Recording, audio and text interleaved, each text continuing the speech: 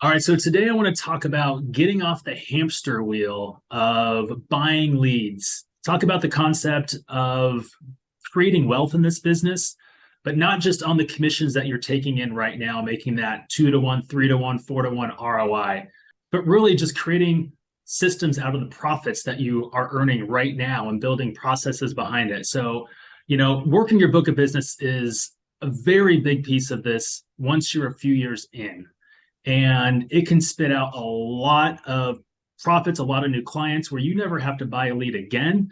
But I want to talk through this on how agencies and agents are going about doing this. So today I have Danny Ray on. You guys probably know Danny Ray, the legendary Danny Ray for life insurance telesales. We all know him on how, about on on how to sell over the phone. But he's recently gotten to a process where he's working his book of clients and generating business through there. And I kind of want to talk through that on kind of how he goes through his day and kind of visualize that for you all out there on kind of what that looks like so you can kind of see it. So, Danny, Yeah. tell us, man, you made the transition from, you know, working new leads. And yeah, I know you still work some new leads here and there, but Yeah. you're really put an emphasis on working your book of business these past few months. Yeah. Talk to us about that. Where are you right now? And kind of tell us kind of how you've set this all up to start.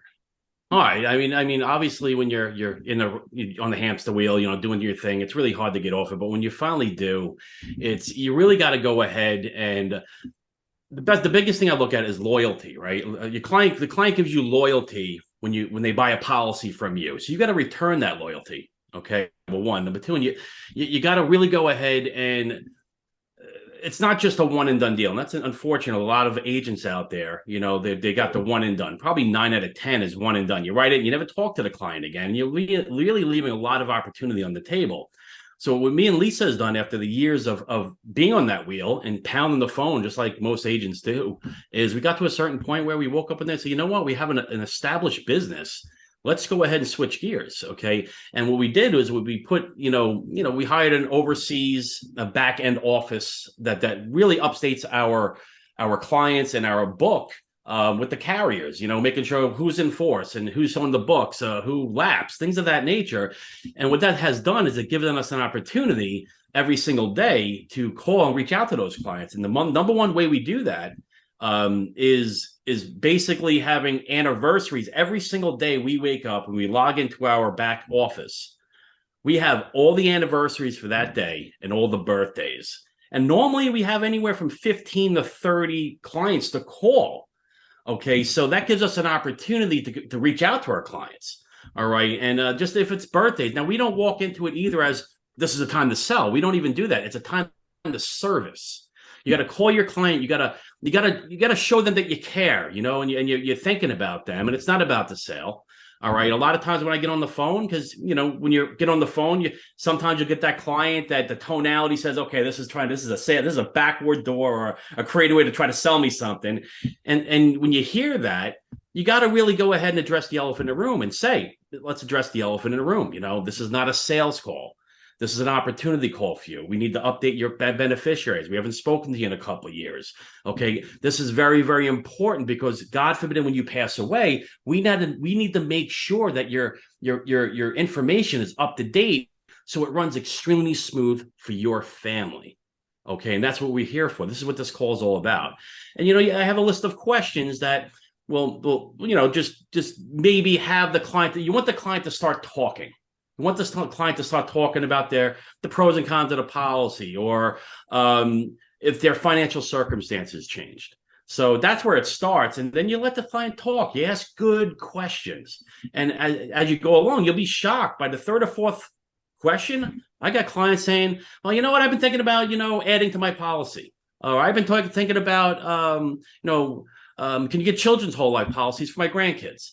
Well, they open up the door for that. And then you just service them. You educate them.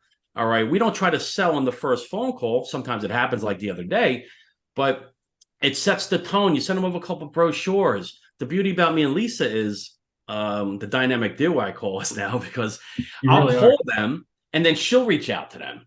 So now they're getting two people, and when you do that, I think the success increases drastically. But even if Interesting. you're just a loan agent, you're going to do fine, But it's all about the questions that you ask. So even on the birthday calls, what are you guys saying? Just that's great, a good question.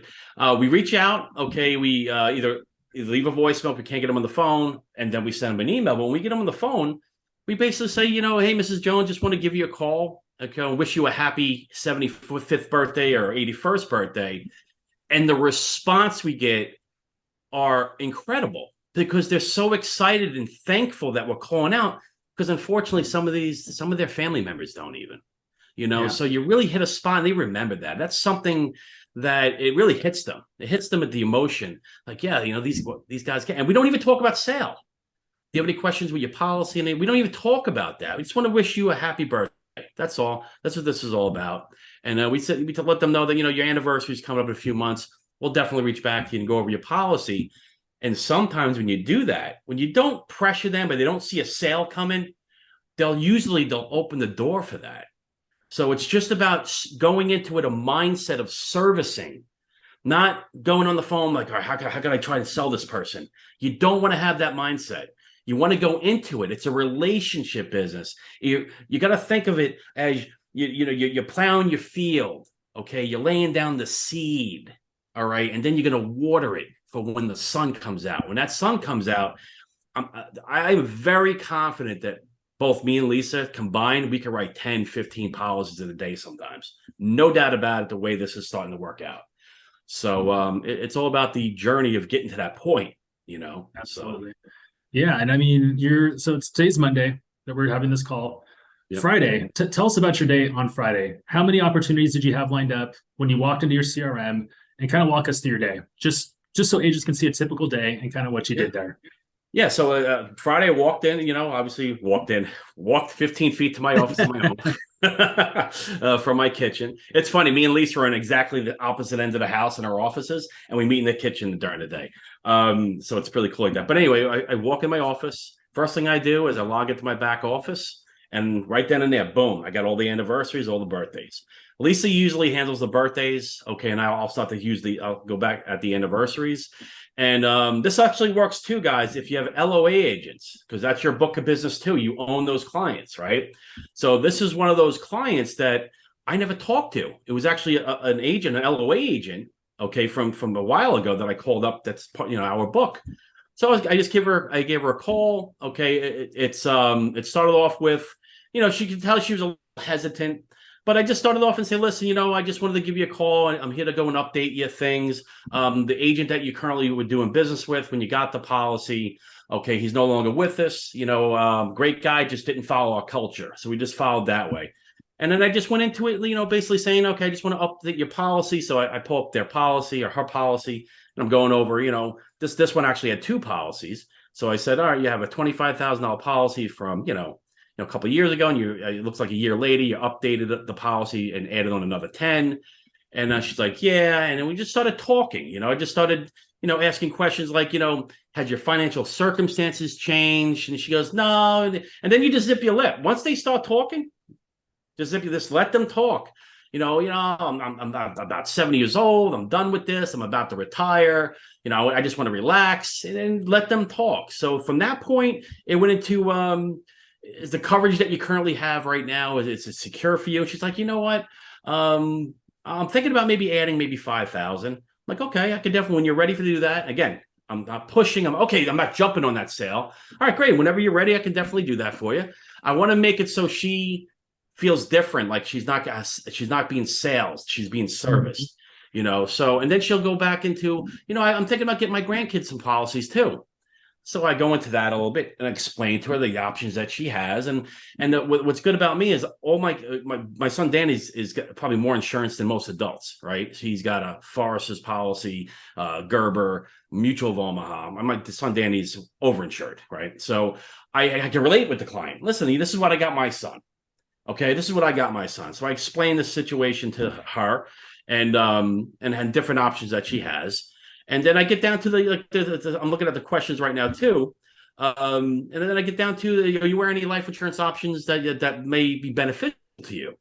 No, I don't know. And then I start talking about health impairments. Mrs. Jones, God forbid if you have a heart attack or a stroke and you're laying at the gurney in the hospital, not much this final expense policy is doing for you. Yeah, you're right. I'm like, literally. All right. And I go into my brother's situation, losing my brother, the cancer, him being 53 years old. And I say, listen, all of my clients that I have that that got a cancer policy and were diagnosed, they never called me and they were never upset about getting that policy. Okay. It's a 100% perfect record. Every one of them happy. So I go into that and it's just a conversation of relating to the client too. And for me, I have a lot to relate about, kids, I have a lot of tragedy in my family with health. So I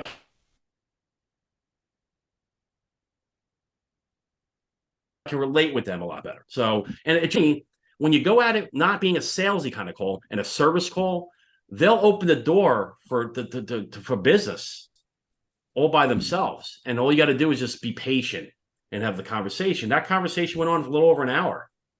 Okay. And the end result was, I do it four juvies. Okay. She's adding another 15,000 because what she wanted is $10,000 for her burial. And she wants each one of her kids to have 10,000 each. She had 35,000. So now we're going to increase it 15,000. Probably going to go with Liberty Bankers. Okay. That's in the process right now. Okay. And the critical illness policy, we're going to go with surety. So this is, the surety has a really good plan at age 70. It's a critical illness policy. 70 is the cutoff date, whereas Mutual of Omaha's cutoff date is 64, but you still get a cancer policy after that. So it's all about engaging and just educating the client and just making sure they have little gaps that you can fill, So out of that one service call from somebody you've never spoken with, there was 4 children whole life apps, 1 critical illness, and then 1 final expense. One final, and yeah, one and add on to our final expense to make it up to 50. She has 35 at Mutual of Omaha, and 3 referrals. Oh, just 3 referrals. Yeah. And guys, and that's the power. And I want, I was talking to Danny about his day. Well, we were kind of communicating over email about his day. And when I saw that message, I was like, this is what people need to hear right now, because this isn't, this is a typical day. If you work your book. And so if you're new in this business and you're figuring out, God, am I always going to have to buy leads? At some point you're going to build a book of business and you're going to be able to service it. And servicing it in itself is where you can create a lot of wealth in this business. Absolutely. All of that Danny did, all those sales, 0 acquisition cost. Time. And it's not a sales call, right? You're literally connecting with people. Like now your job is to connect, right? Absolutely. And then it's going to go on from there. Now he's got 3 referrals to work from there. And that was just one of his calls, one of the opportunity calls on Friday, right? Absolutely. So that's what it's all about. And I just want agents to kind of hear from you kind of what a day looks like and what it, from somebody being in the business for a while and having a book of business. So, you set it up where birthday calls and policy anniversary calls. Yes. And you work those. And those, you said you get about 15 to 30 a day. And a good day. Yeah. And go from there. And then you have your back office team who you give your logins to all the carriers. They update your CRM to status any of the pending lapses or any sort of changes that need to be made. Like that's what they do. So you just log in, show up to your dashboard and work it just like if you were working an internet lead. You instead are working at your AMS dashboard. Yep. Yeah, and it's the amazing thing about it is when you walk into it, you got to put in your mind. Mindset's very important with this too, because not everybody's going to be as open as that lady the other day. Let's talk about the cons to this, right? You're going to walk into it. You really have to focus on, okay, I'm looking for the people. You got to be nice to everybody. Obviously, you're there. Literally, put your service hat on. You're there to help them. And you just got to understand that, you're not going to, every person you get on the phone is not going to be like that. Okay. So you got not a problem. Just want to give you an update here. Okay, great. Have a nice day. Get on to the next call. And just, you're searching for the 2 or 3. I really believe that, I can have 4 or 5 conversations like that a day, similar to what I had on Friday. And that's it. I'll write multiple policies a day and not have to be concerned about, spending $1,000 a month on marketing costs and everything else. But again, you got to do that to get to this point. Okay, it's you're establishing a business, you're growing your business like any business out there, whether you own a deli, a taxi cab company, you got to build it, you got to invest in yourself in the beginning. Without investing in myself and all the hard work in the beginning, this would be lip service. This wouldn't be, we wouldn't even be having this conversation right now. So you got to embrace the beginning. I call it the circle of life of a life insurance agent, and you got to go ahead and stick to the grindstone, because I'll tell you, every agent out there that sticks to this business and makes one less mistake a day always succeeds. Always. Absolutely. Absolutely. Let's end it on that, Danny. That was incredible insight. Thank you for sharing that with us. We'll get you back on here soon. Sounds great, Jeff. Have a great day, buddy.